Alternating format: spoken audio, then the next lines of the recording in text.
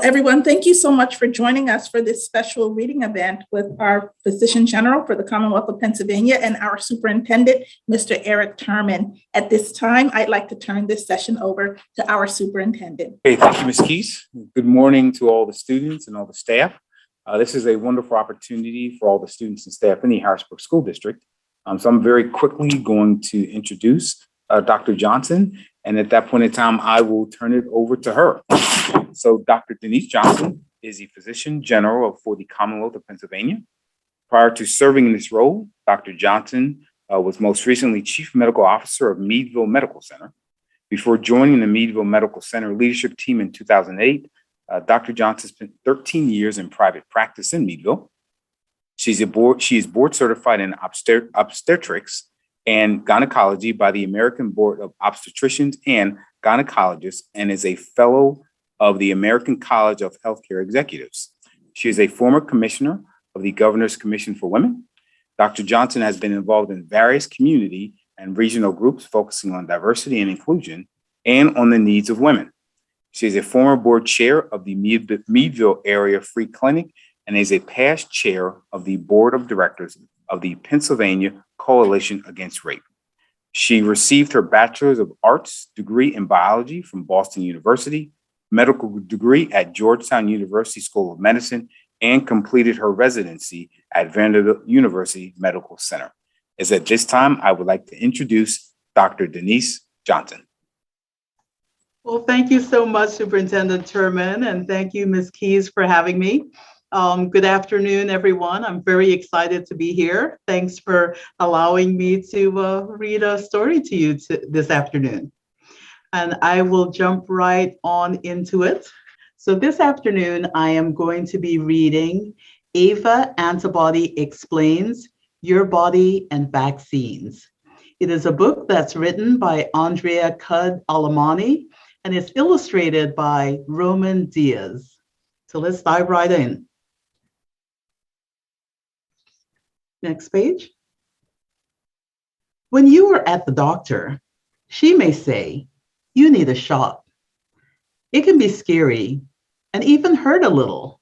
And you may wonder, why do I need this? Let's find out together. First, you need to meet Ava Antibody. She is going to show you how getting shots helps you stay healthy and happy. Ava is on a team in your body called the immune system. Their job is to patrol your body and find anything that isn't supposed to be there. They find things that you can see, like a splinter. They also find things that you can't see, like germs and viruses, such as this guy, Charlie Chickenpox. However, Charlie Chickenpox is very sneaky. If the immune system doesn't know what he looks like, Charlie can get right past them. If Charlie Chickenpox gets in your body, he can make you sick and give you itchy, blotchy red spots.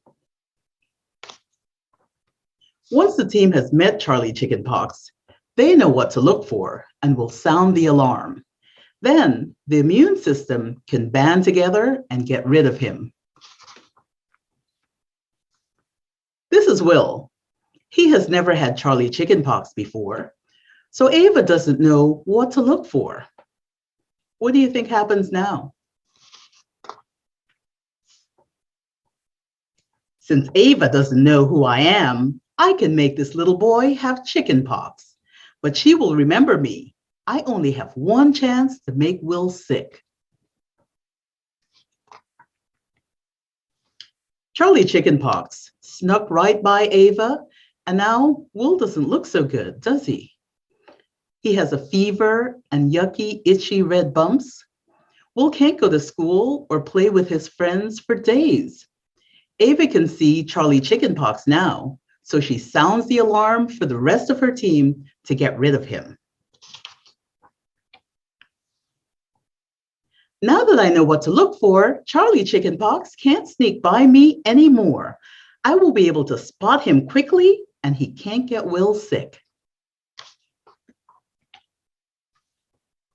Good news. Charlie Chickenpox doesn't have to get you sick.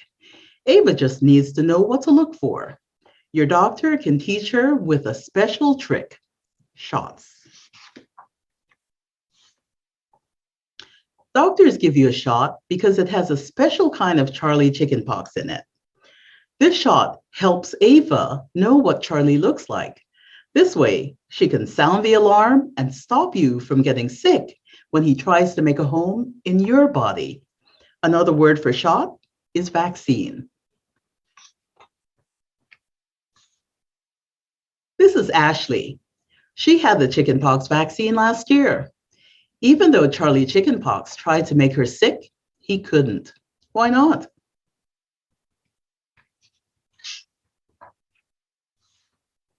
It's because Ava Antibody knows what Charlie Chickenpox looks like, and she can be on the lookout for him. She and her team can stop Charlie from making Ashley sick.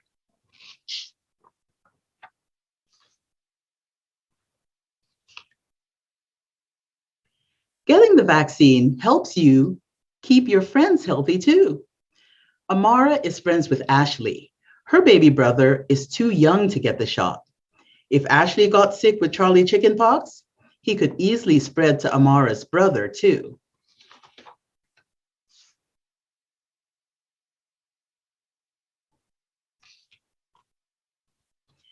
Ava Antibody is happy to keep you healthy.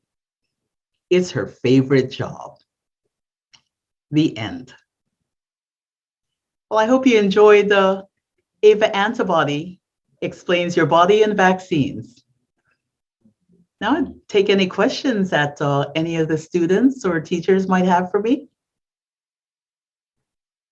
Thank you so much, Dr. Johnson. Wow, that was a really cool book and an overview about Ava and Charlie Chickenpox and how these things kind of get in our body. So I do have a question from Mr. Walmer. He's representing the Harrisburg Virtual Learning Academy. And the question from those students is, what can students do when they are scared about getting shots? Sure. Well, thank you so much for that question. It's not only kids, but adults sometimes are scared of getting shots. The important thing to know is that shots really can keep you healthy. They do hurt a little bit when you get it, but it's very, very quick. If you go with someone a friend or a support person, sometimes you can hold that person's hand or look away so that you're not seeing the shot go in, and that can help you to get the shot. Sometimes distracting yourself by singing a song or thinking about something else can also make that shot happen very quickly. All right, thank you. And Ms. Harris from Ben Franklin Elementary School, representing third and fourth graders, their question is, sometimes even adults need help understanding things. What are some key talking points we can take home to help our parents and guardians understand the importance of vaccine? Sure, I'm glad that you asked that. Sometimes we really need to get our questions answered to help us make the decision to get vaccinated. We know that these vaccines have been given to hundreds of millions of people, and we know that they're safe. You certainly get some side effects when you get the vaccine. Your arm can get sore, you can feel achy, but that goes away. And the vaccines are really, really good at keeping you out of the hospital or getting really sick. So we recommend the vaccines for everyone to keep us healthy and also to keep us from getting other people sick. Fantastic. From Melrose Elementary School, who first invented the COVID-19 vaccine? Oh, well, we have several COVID-19 vaccines that are authorized now that can be used. So we have a team from the Pfizer company, and we also have a team from the Moderna company, as well as the Johnson & Johnson. So there were teams of scientists who worked on those vaccines, but around the world, we have several other vaccines as well. So many different scientists created these different vaccines that we have for COVID-19. Thank you. Another question is, What can happen if you don't get vaccinated? Sure. So we get vaccinated because we don't want to get very sick with COVID. We know that many people have gotten sick, and actually, sadly, many people have died when they get COVID.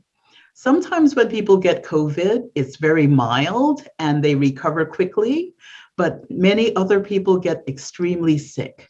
So the vaccines prevent you from getting extremely sick and dying with COVID. If you don't get a vaccine, then when you get COVID, you may get very ill with COVID. So the vaccines are meant to prevent that from happening. Thank you. Coming from Foose Elementary School, we have Ms. Peace representing third and fourth grade classes. And their question is, why did we listen to a book about vaccines? Can you get chickenpox again after getting the vaccine? And as part of that question, what were the blue things inside of the body? So that's a three-part question, Dr. Johnson. Okay. So the first part there is, why did we listen to a book about vaccines? Sure. Well, we are really trying to encourage people to get their COVID vaccine to get us out of this pandemic and have people protected against hospitalization with COVID. And so that's why I wanted to read a book about vaccines to give some more information about how vaccines work. The second question? Part two of that question says, can you get chickenpox again after getting the vaccine? Well, that would be really uncommon because the chickenpox vaccine works very, very well to keep you from getting chickenpox. The virus that causes chickenpox can also cause a condition called shingles. And so that some people who get chickenpox may get shingles later on from the effects of that virus that causes chickenpox. But usually if you get the vaccine, that should prevent you from getting chickenpox in the future. Thank you. And then the last part of that question is, what were the little blue things inside of the body? So the blue things are the actual antibodies. So when you get a vaccine, your body makes these antibodies. And these antibodies patrol around in your body like AVA antibody, and they look for things that shouldn't be there. And so when they see Charlie chickenpox, they latch on to Charlie chickenpox and keep him from multiplying and making you sick. So those blue things are AVA antibodies friends. Fantastic. Now we're going to keep these questions going. Okay. How often will we have to get these shots? That is a great question. We are not sure. We know that after a while, your level of your antibodies go down a little. And so you may not be as well protected and may need to get a booster or another shot. We have only had these vaccines now for a little bit more than a year, so we don't have enough time to know how often we will need to get them. But there are also other parts of your immune system that help keep you from getting sick with viruses. And so the antibody level alone doesn't tell us how protected we are. We just are going to have to give it some more time to find out. Great, fantastic. And Mr. Santos students, they want to know, what are the risks associated with taking vaccines? Sure. So everything that we do may have some side effects. And with the vaccines, there are some immediate side effects that you can have. Most times you can get a sore arm in the spot where you got the vaccine. As your body is starting to develop your antibodies, you may have a fever. You may feel tired or achy. And those are very common when you get the vaccine. There are some other conditions. I know that some people are concerned about something that causes an inflammation of the heart muscle. That happens very rarely, and most people recover quickly without any treatment. But that is a rare side effect that can occur. But the vaccines are very, very protective. Occasionally, people can be allergic to vaccines, but again, that is extremely rare. Thank you, Dr. Johnson. Ms. Lee from Downey Elementary School, third grade, wants to know, her students wrote, how can vaccines work to help keep all of us safe and healthy? Well, the best way that they work is that an individual or a person gets that vaccine so that they can develop antibodies that will protect them if they encounter the virus. The other way that it works is that the more people that get vaccinated, the less virus that's going to be spreading. And so if many people in an area get vaccinated, then those people who are more at risk or the people who can't yet get vaccinated will be protected because there'll be less virus that's spreading. Right now, little kids cannot yet be vaccinated, and certainly newborn babies. So if all of the people around them are vaccinated, there's not any area for the virus to spread. And so you can be protecting those others around you. Fantastic. Are there other ways that our bodies can make antibodies naturally? Sure, if you get an infection, you will make antibodies naturally, but you are taking a risk because although we know many people will get a mild illness or sometimes not even get sick when they encounter the virus, many other people will get extremely sick and some people will lose their lives. Some kids will get some long-lasting effects as well. And we don't have a good way to predict who that will be. So if you get the virus and you're not vaccinated, you may do okay, or you may get very sick. And so that's a huge risk that you're taking. And that question was from Ms. Isham. Another question is, if you get sick from getting your vaccine, will you die? So again, the symptoms that you get right after a vaccine, those are usually mild and they go away very quickly. And so people don't die from those symptoms. Rarely people have a severe allergic reaction, but that is extremely rare. Thank you. Let's see, another class here wants to know let's see here. It looks like Ms. Kylin. How did the coronavirus come to life? Well, I know that we've got many scientists that are studying that, and there are a lot of different theories. I think right now we believe that the virus originated in some wildlife and was spread in a market that has wildlife and people congregating.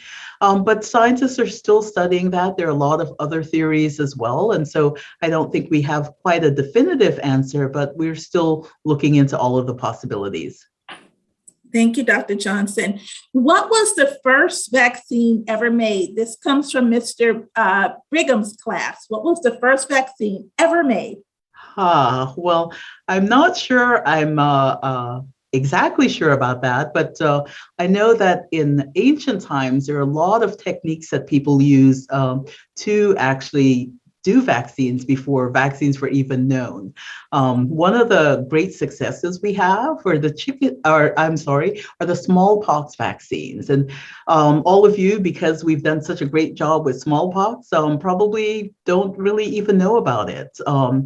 But some researchers many years ago discovered that people who got smallpox really got sick and died. And they also discovered that there was a condition in cows that looked a lot like smallpox. And people who were interacting with these cows, milking these cows with these conditions that look like smallpox, didn't get smallpox and didn't get sick. So they actually used some of these bumps that were on these cows that looked like smallpox and put a little bit of that in the skin of people to make them develop antibodies and keep them from getting smallpox. So even before they knew about antibodies, they found out that you could protect yourself from getting diseases by stimulating your body to protect you. Thank you. And Ayan has a question that says, how do you and other doctors and scientists know that vaccines really work? Oh, well, before I came to the Department of Health, I actually was in a hospital. So I was able to see firsthand people who got sick with COVID and many people who did not recover. We know now that we've had, again, hundreds of millions of people who have gotten the vaccine, and they have avoided getting sick with COVID. So in real life experience, we have seen how effective the vaccines are, and people are not getting as sick. And we're not getting as many people that are losing their lives since we've had the vaccines available. Fantastic. You know, Mr. Turman, we have some great little scientific minds in these classes. The questions that they're asking are just so innovative and very forward thinking. So coming to us from, let's see here, Ms. Proctor's class, they would like to know, when was the chickenpox vaccine invented, and at what age should we as kids get that vaccine? Oh, I will have to check on that. I don't remember when that chickenpox vaccine was invented, but as a side note, I think it was sometime in the 90s, because actually I was born in South America, and many people in South America are not exposed to chickenpox. And in fact, when my grandparents moved over to this country, they were in their 60s when they got chickenpox. And if you get chickenpox when you're a lot older, you can get very, very ill with it.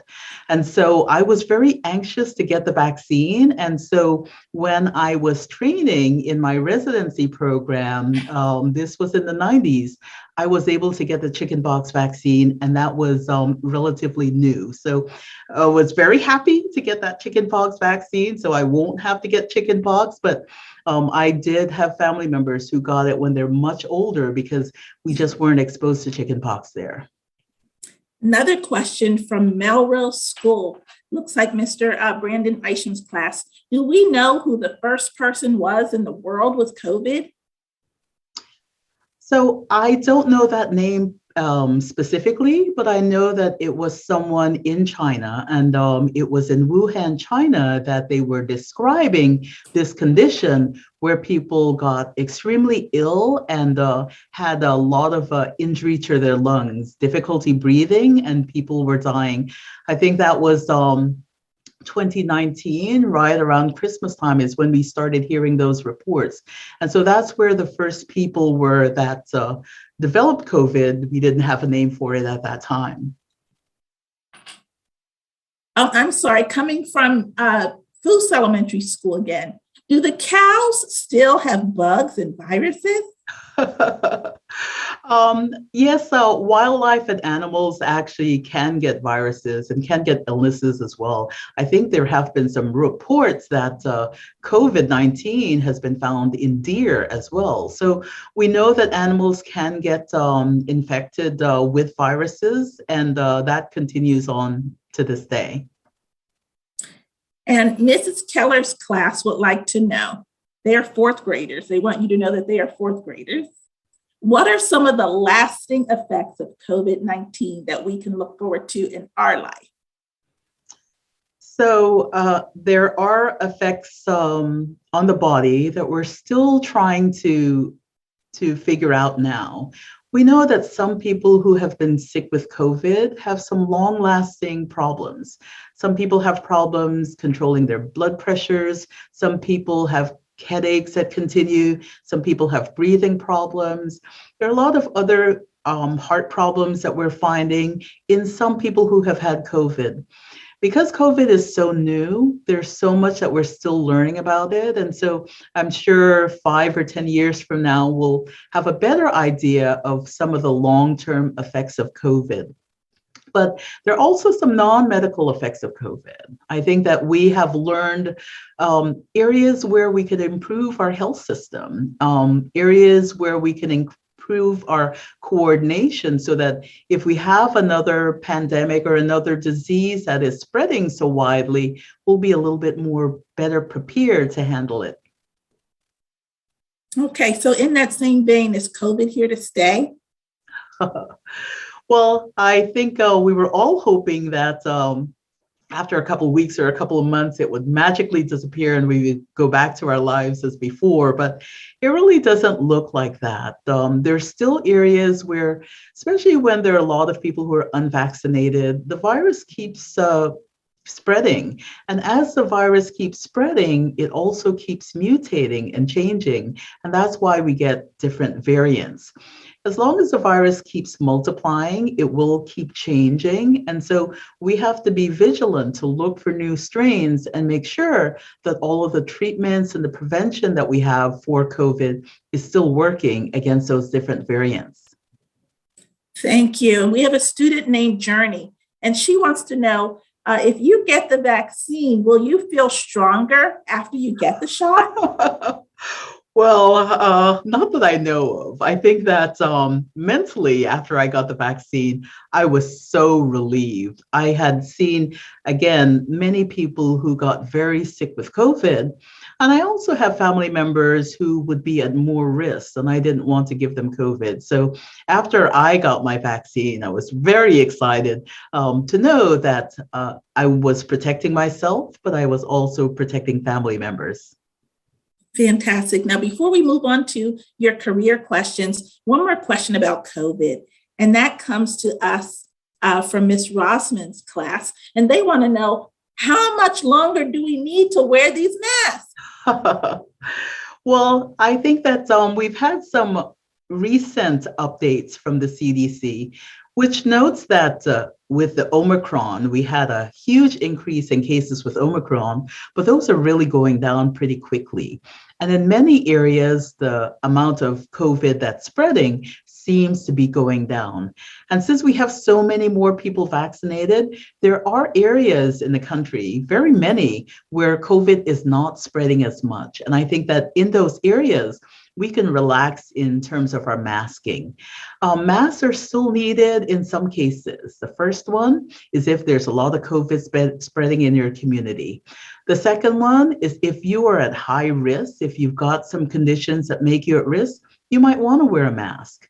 Or if you're going into areas where there are going to be other people who are at risk, you might want to wear a mask. But I think that our general mask wearing days look like they are starting to come to an end, but it really depends on our actions. If we get more people vaccinated and the virus stops spreading as much as it has been, then I think that we're on that right path. Okay, now in the last few minutes here, the students want to talk about your career and maybe how they can make choices to go into the medical field or various fields in healthcare. So they want to know, how did you decide to become a doctor? How important is education for this kind of career choice? And this comes to us from Scott Elementary School. Great. Well, I think I always wanted to be a doctor. I was very interested in medicine and science, and so really interested in doing that type of work. In terms of education, it is critically important. You have to go to school for a long, long time. So after finishing high school, so after 12th grade, I went to college. And so went to college for 4 years. And after that, I went to medical school for another 4 years. And after that, trained in my specialty of obstetrics and gynecology for another 4 years. And then started to practice. So it's a long road in terms of education, but very exciting, very interesting. I got to help people deliver babies and got to do surgeries and got to take care of people and families. And so very, very exciting. Okay, and Journey wants to know, if you were not a physician, what would you be? Goodness. That's a tough one. I spent so much time being a physician, really have enjoyed that. I certainly would work with people and still in health. Right now at the Department of Health, I am not seeing patients like I did before. And so I don't have that direct patient contact, but I'm working with others to try to keep people healthy. And so I would continue to do that even if I weren't seeing patients or doing surgery anymore. Fantastic. So for young students, our scholars here in the Harrisburg School District, what would you say to encourage them in studying classes that have to deal with STEM, science, technology, engineering, even arts or math? Well, certainly look at what you're interested in. If you're interested in something, then it's a lot easier to do the hard work and do the studying. Working on science and math and art really can be rewarding. And I think that there are so many fields that you could go into. It's not narrow at all. There's a wide range of what you can do. So try to find something that you're really interested in. And if you are, then spend a lot of time learning as much as you can about that area so that you can know it deeply and really go on with that work. I really was interested in medicine, and so especially in women's health. And so I spent a lot of time studying about women's health, and it was very interesting to me. And so that made it a lot easier to do that studying. Fantastic. At this time, Dr. Johnson, I'm going to turn this session back over to our superintendent, Mr. Eric Turman. Thank you very much, Ms. Keys. And thank you, Ms. Keys. So I'm just going to close out here. A couple of things. One is I do definitely appreciate all the students and all the staff members participating from our 5 elementary schools. I saw a lot of questions from Downey or Melrose. Melrose, you had a lot of questions today. Also, Foose had a couple of questions, Ben Franklin. So I definitely appreciate all you participating and having an opportunity to talk to a role model who's in our area and who works with students and works with parents and just works with the entire community. So, if you ever get to a point where, in life, you think this is the direction you want to go, you have role models who can help you, show you that there's a path to get there. Doesn't matter where you go to school. Doesn't matter where you live. It really matters in terms of what your personal goals are, what you want to achieve. The only person that's going to stop you from achieving your goals and your dreams is you. So you have to really be able to say, here's what I want to pursue. Here's what I would like, really want my life to be. And here's what I'm going to strive to be as you move forward as young adults. So Dr. Johnson, I thank you so much for participating with us today. We'll give you a little clap here. I thoroughly enjoyed the conversation, and you are a role model for all of our students in the Harrisburg School District. And I appreciate you coming on and taking your valuable time today to read to our students and then answer any questions. So thank you very much. It's very appreciated. And this will not be the last time that we connect. So we definitely want to continue the relationship and see other means to you being able to mentor and talk to young people who see what you do as a career path with them. So thank you very much. And I definitely want to thank all the students and staff as well. Thank you. Thank you, Superintendent. And thank you all. It was my pleasure. Really enjoyed it. Have a great afternoon.